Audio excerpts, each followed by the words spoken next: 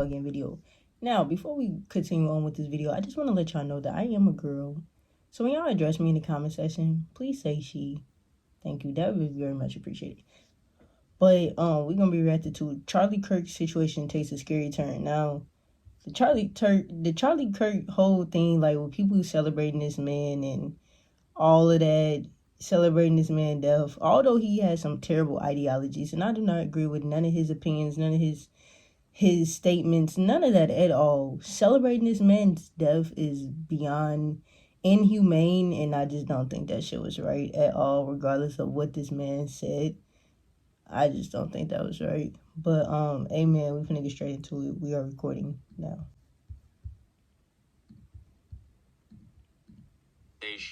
Turning Point USA and what they're now doing after the death of Charlie Kirk. Now, before I start, I do want to say political violence in America is never acceptable. What happened to Charlie Kirk is horrific, and regardless of what you think... Now, am I the only one who didn't know of this Charlie Kirk guy before he died?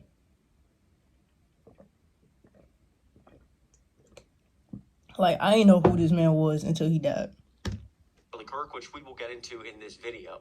Political violence hurts all of us. There's no question about it. Every single time when we open a textbook throughout history, when the political violence starts, things get much, much worse, most often for groups that are already marginalized in any given community. Now, today, I want to start with Erica Kirk, Charlie Kirk's wife, and the speech that she gave after Charlie Kirk died, because before we knew really anything about the motives of the shooter, she said something very, very specific. Take a listen. The evildoers responsible for my husband's assassination. Build a website you love with Wix, where your words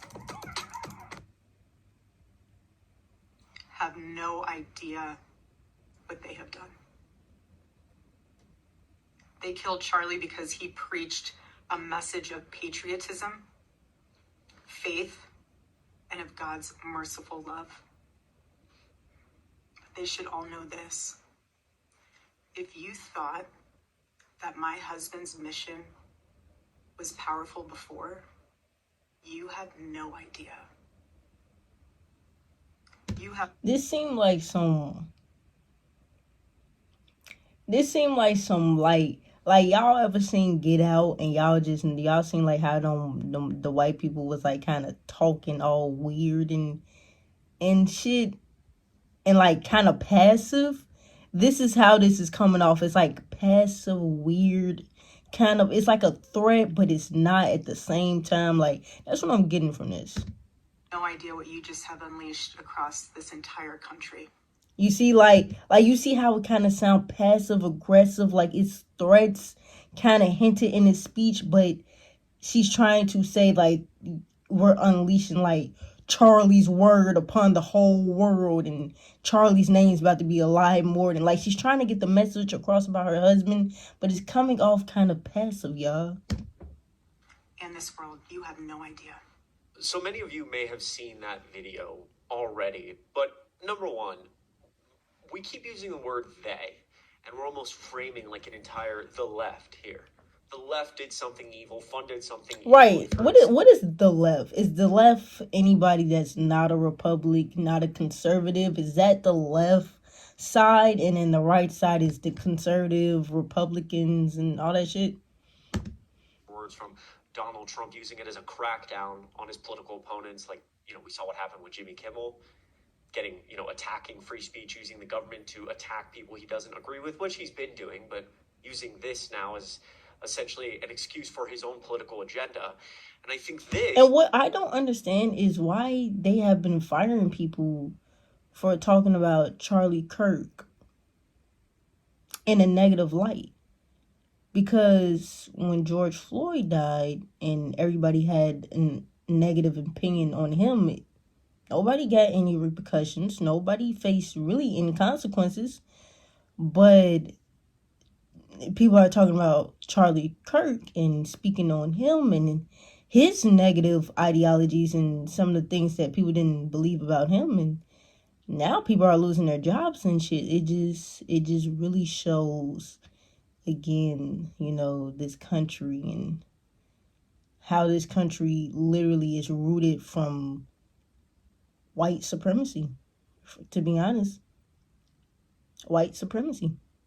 It just really runs back. Like, no matter how much we try to turn a blind eye, you cannot turn a blind eye to race, to the systematic racist ass country that this is what it is. This is just a racist ass country at the end of the day. And everything falls back to race. Regardless of anything, everything falls back to your race and your skin color and what you are. For the organization itself, it's key, right? We didn't know anything about the individual, and we still don't know much about the individual who did this, but already framing everything as they, a battle cry. And the fact that this was a white dude at that, it just makes it crazier. Like, it really, I feel like if anything, that terrified white people more now that white people are going against white people. Because it essentially what led white people to being the superior race of this country was how uniform they were. Like, white people all had the same agenda when building this country. You know what I'm saying? So that's is essentially how, being white, or the white Americans are the superior race. The uniformity that came with it. You feel me? So it's like you know what I'm saying. So now that a white dude did it, it just shows a crack in that foundation. You know what I'm saying? It just shows that not everybody has the same values, same opinions. And now, you know what I'm saying? It shows that, like, hell yeah, like, if white people start turning on white people, then it's like, you know what I'm saying?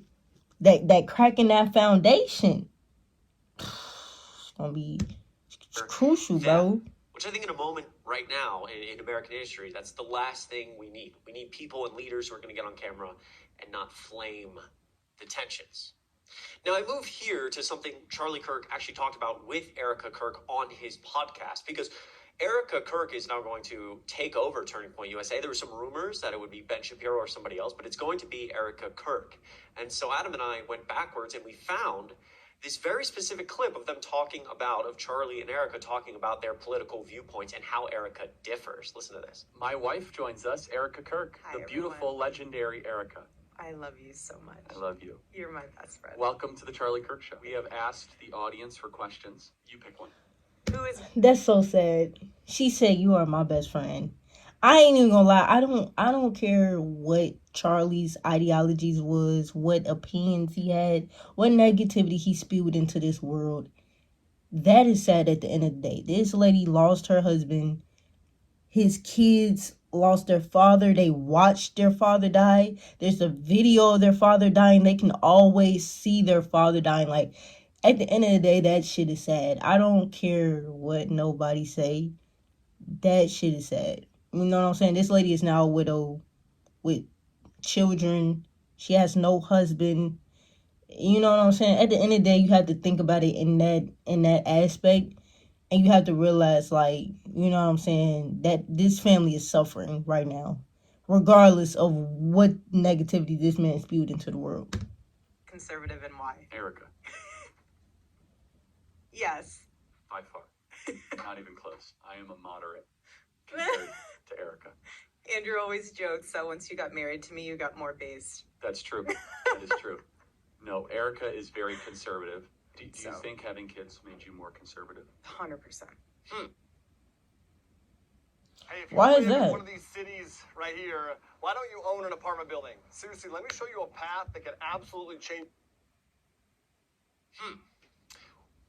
You might know already who Charlie Kirk is and some of the things that he said, but what could Erica Kirk possibly believe in that makes Right. her so much more conservative than Right. Charlie Kirk. Because if she's worse than Charlie, I mean, shit. Because Charlie was bad. Like, if you haven't heard some of the shit that he said, simply just go look it up. Like, I can't even name some of the shit he said off the top of the dome, but just go look it up. Like, it's crazy. I mean, they didn't even have to debate. It was instantaneous. Oh, she's way more conservative. I'm moderate compared to her. Moderate is crazy. Well, because Charlie says some crazy shit. So the fact that his wife is more conservative than him is crazy. Charlie's to help you get an idea of where he stood on some of these issues and make you think about where Turning Point USA is going to go now. First, listen to this clip from this video talking about how we should be thinking about Charlie Kirk. We must stop calling Charlie anything other than a civil rights leader. What? We Hold on. Plant that Hold stake the deep. fuck on. Wait, y'all, because what this white man just said just blew my mind. It absolutely just blew my mind, y'all. I won't fucking lie. Did he just say we need to call this man a civil rights leader? Are you fucking shitting me?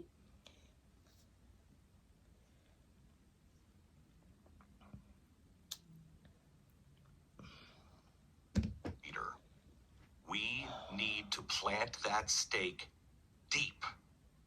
It is time that we point out that what he was doing was not politics. What he was doing was trying to stand up for people's civil rights. Okay, so this is the framing we're going to go with. That Charlie Kirk was a civil rights leader. Wow. Well, this is what Charlie Kirk had to say about civil rights. Take a listen. There's a piece that Kirk describes King as, quote, a bad guy. It's true.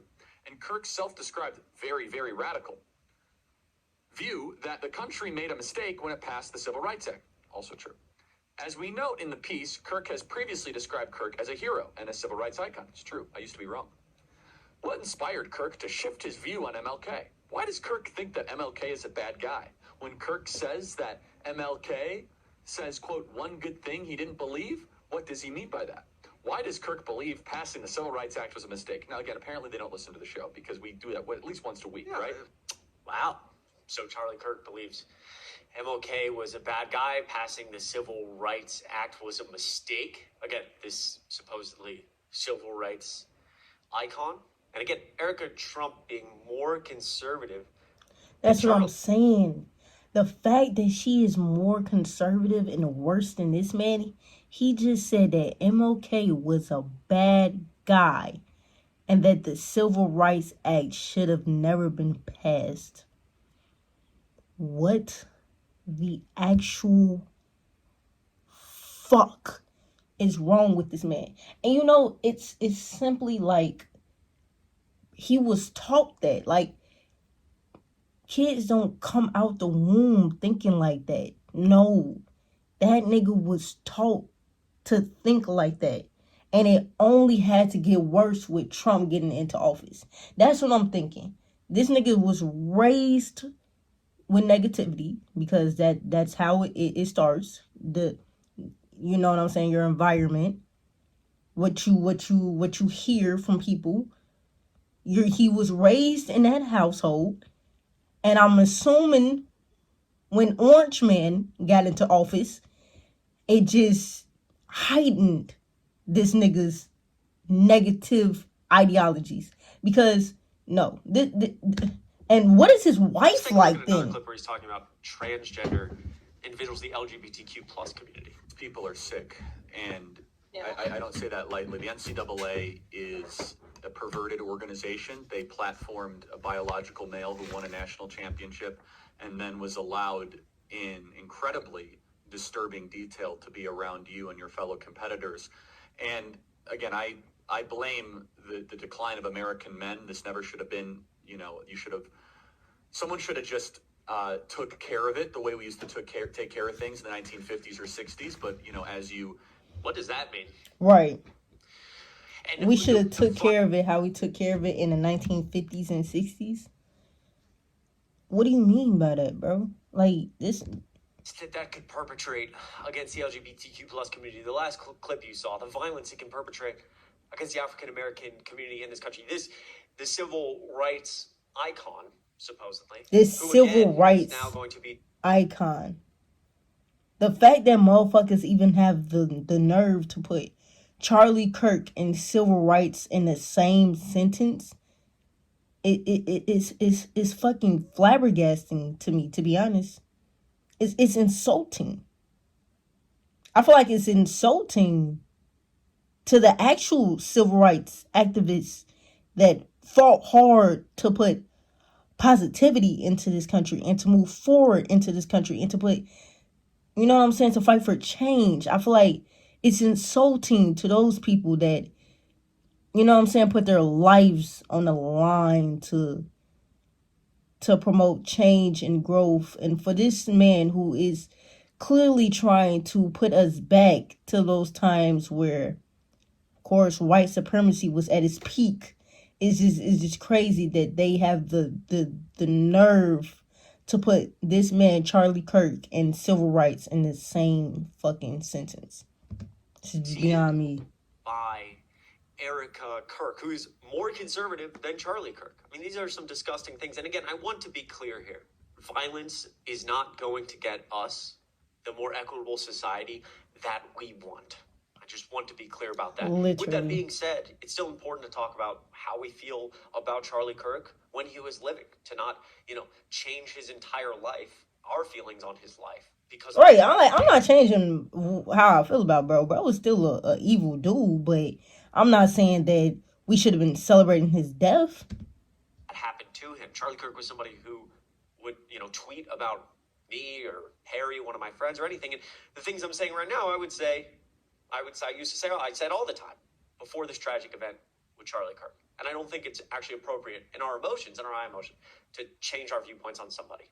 We can still outline that this event was tragic while still saying the things that this man said were horrible. Take a listen to this clip where he's talking about how Black Americans were better off. This is his words. Black Americans were better off in the 40s. This shows they were actually better in the 1940s. It was bad, it was evil, but what happened? Something changed. They committed less crimes. Maybe they were afraid. I mean, 4,000 Black men, women, and children were killed in violent lynch mobs. Talking about we were better in the 40s. No, nigga, we were just scared in the 40s. Now we just don't give a fuck, and we up and pose and switches like it's nothing. And yeah, you shouldn't be going around saying that, but I'm saying it for the white conservatives that still think that you could just go around lynching Black kids. You can't try that shit with everybody. I just want to let y'all know that. Because it still happens. It's still very prominent. You go down south, you roll and you run around into the wrong fucking neighborhood and you getting lynched. Like, we're still living in the 40s, apparently. So, yeah, you know what I'm saying? Try that shit. You try that shit with the wrong person, though. And it's not going to end the way these white supremacists think it is. It's probably going to end with you hanging from that tree, to be honest. Racial terror permeated American culture for hundreds of years. Black America is worse than it has been. That affected... Right, like talking about some we were better. No, motherfucker, we were terrified. We couldn't progress in the 1940s. What the fuck? Did we forget about what happened in Tulsa? Did we forget about that? Like, come on, bro. We can't ignore history. Psych of We weren't better. We were fucking terrified and controlled. Again, I'm just going to keep saying it over and over and over again before we get to the last clip. Erica Kirk, more conservative than this.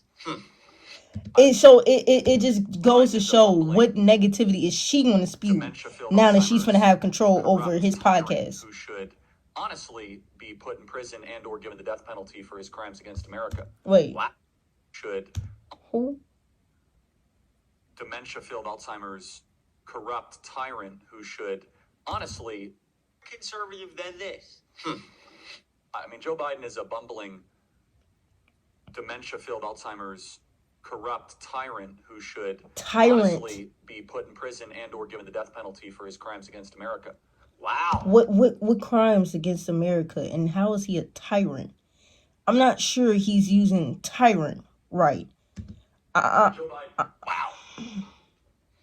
Put Joe Biden tyrant? to death. Let me know what you think of all of this in the comments down. I'm not sure. I hope We're both everybody thinking is about staying the sane out same there, tyrant trying to deal with what's going definition. on. I know there's still a lot of processing that a lot of us are doing, especially I know most people watching this video care deeply about the country, and it can be challenging to try to understand where we go from here. Be kind to your. There's no way me and this man is thinking about the same tyrant definition, because a cruel and oppressive ruler, I believe that's more of Trump's definition than Joe. Because if Joe was a cruel and oppressive ruler, I'm sure he wouldn't have had what is Kamala have? I believe she's half native and half black VP on, and she was the VP at that. It's not like she was even on his team. No, she was the VP. If that man was to die, she was gonna be the next in line. So yeah, you know what I'm saying? It's like, yeah.